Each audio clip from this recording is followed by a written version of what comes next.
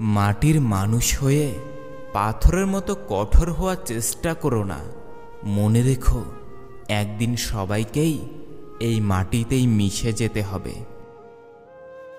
এখন আর আগের মতো কথায় কথায় রাগ করি না, কারণ আমি নিজে জানি আমার রাগের মূল্য কারো কাছেই নেই। অল্প ধৈর্য রাখো, সময় কখনো ধোঁকা দেয় না। নদী স্রোতের বিপরীতে দাঁড়িয়ে থাকতে পারাটাই সবথেকে বড় চ্যালেঞ্জের বিষয়, যেটা সবাই পারে না। আগেরকার মানুষ বেশিরভাগই অশিক্ষিত ছিল, তখন শিক্ষিত নেতারা নির্বাচন করত।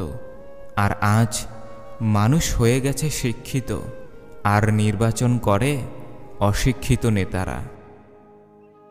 সাপ যখন জীবিত থাকে তখন পোকামাকড় খেয়ে বেড়ায়, আবার সেই সাপটা যখন মারা যায় তখন সেই পোকামাকড়ই সাপকে খেয়ে ফেলে। এর থেকে বোঝা যায় যে সবার সুদিন থাকে না, সময় পাল্টাতে সময় লাগে না। মানুষ জীবনে অনেক ভুল করে, কিন্তু সবথেকে বড় দুটি ভুল কি জানো? সেটা হলো মানুষকে অন্ধের মতো বিশ্বাস করা আর নিজের মূল্যবান সময়কে নষ্ট করা।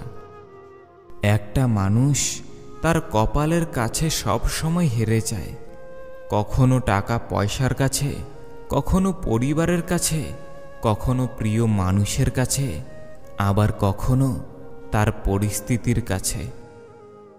তুমি যদি এটা বিশ্বাস করে বসে থাকো যে তুমি অসুখী, তাহলে পৃথিবীর কারো সাধ্য নেই তোমাকে খুশি করার। আর তুমি যদি এটা মনে করে খুশি হও যে এই পৃথিবীতে কোটি কোটি মানুষের থেকে আমি খুশিতে আছি, শান্তিতে ঘুমোতে পারছি, দুবেলা খেতে পারছি, আমার মতো সুখী এই পৃথিবীতে আর কেউ নেই, তাহলে কেউ তোমাকে অসুখী করতে পারবে না। সত্যি বলতে, যে থেকে যেতে চায় তাকে জোর করে আটকে রাখতে হয় না, আর যে চলে যেতে চায় তাকে জোর করে আটকে রাখতে হয় না। বৃষ্টি এলে বোঝা যায় যে ঘরের চালে কোথায় ছিদ্র আছে, আর জীবনে খারাপ পরিস্থিতি এলে বোঝা যায় যে প্রকৃত আপন মানুষগুলো কে ছিল। পৃথিবীর সব অপরাধের থেকে সবথেকে বড় অপরাধ হলো যে তোমাকে চোখ বন্ধ করে বিশ্বাস করে তার সাথে বিশ্বাসঘাতকতা করা।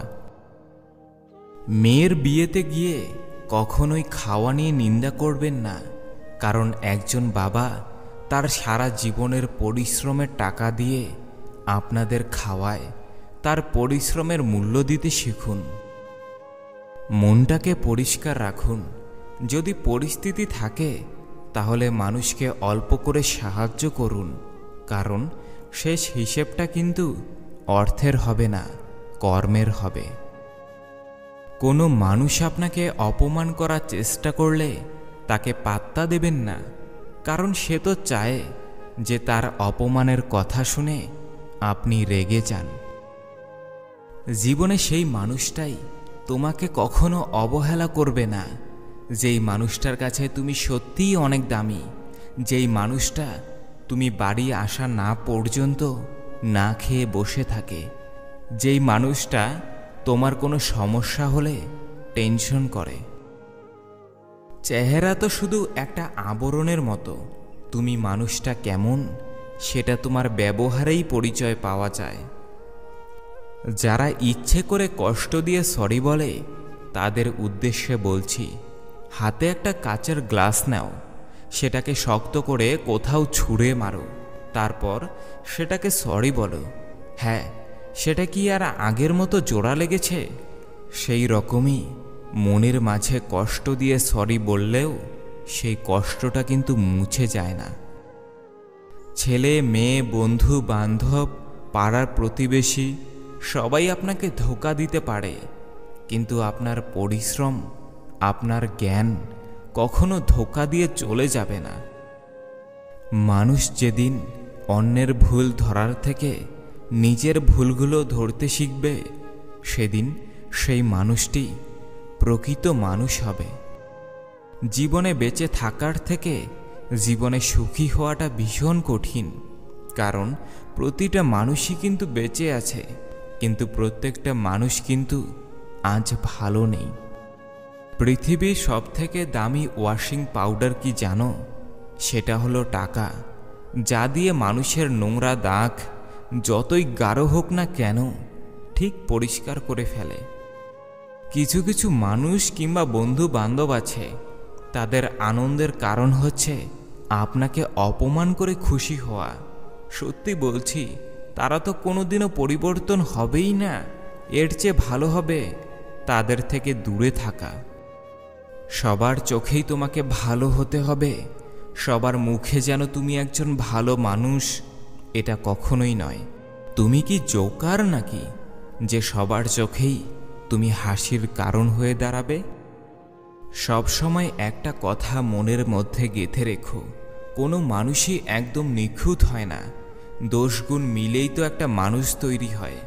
সবার মধ্যেই ভালো গুণ আছে এবং সবার মধ্যে খারাপ গুণও আছে। শ্বশুরবাড়ির মানুষ যেমনই হোক না কেন, যদি তোমার স্বামী তোমাকে ভালোবাসে তাহলে নিজেকে খুবই ভাগ্যবতী মনে করবেন, কারণ আজকালকার বেশিরভাগ মেয়েদের কপালেই কিন্তু একজন ভালো স্বামী থাকে না। টাকা পয়সার লোভ করে কখনো ভুল মানুষকে বিয়ে করবেন না, কারণ একটা সময় পর টাকা পয়সা আপনার কাছে তুচ্ছ মনে হবে, ভালোবাসাটাই সবথেকে দামি জিনিস মনে হবে।